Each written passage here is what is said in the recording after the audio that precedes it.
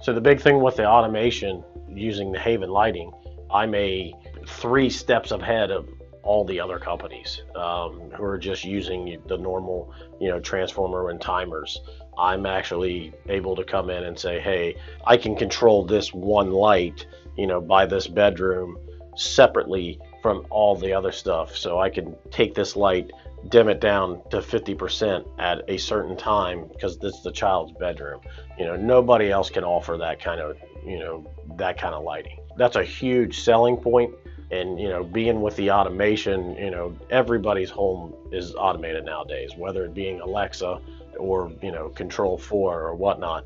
Everything is app controlled. So why wouldn't your lights be app controlled also?